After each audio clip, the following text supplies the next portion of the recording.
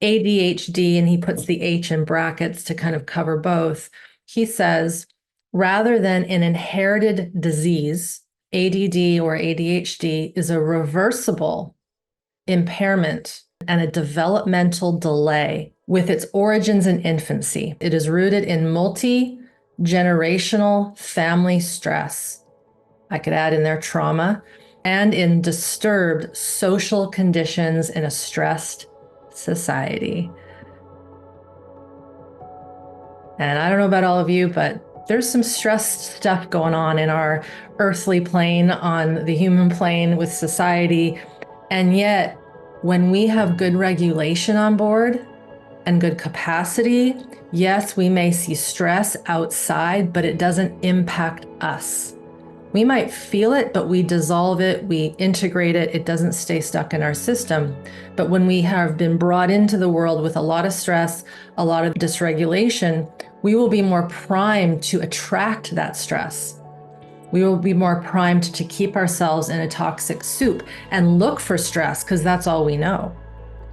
And this is how we perpetuate this constant feeling of dread, doom, nothing is ever going to change. The world is a dangerous place. We're all going to die. And if you go deeper into Gabor Maté's story, he talks about being born into the Second World War, and his life was a threat as a Jew. And so he had to be given to someone else. So he got detached from his mother as an infant. It was still a family member, but it wasn't his mama. And so he speaks of, and is still in the process of working on this, and he's very open about that those early wounds need to be worked on. They don't just heal with time, and they don't just heal with, as Seth said, cathartic work. Talk therapy, while good in some aspects, is not enough.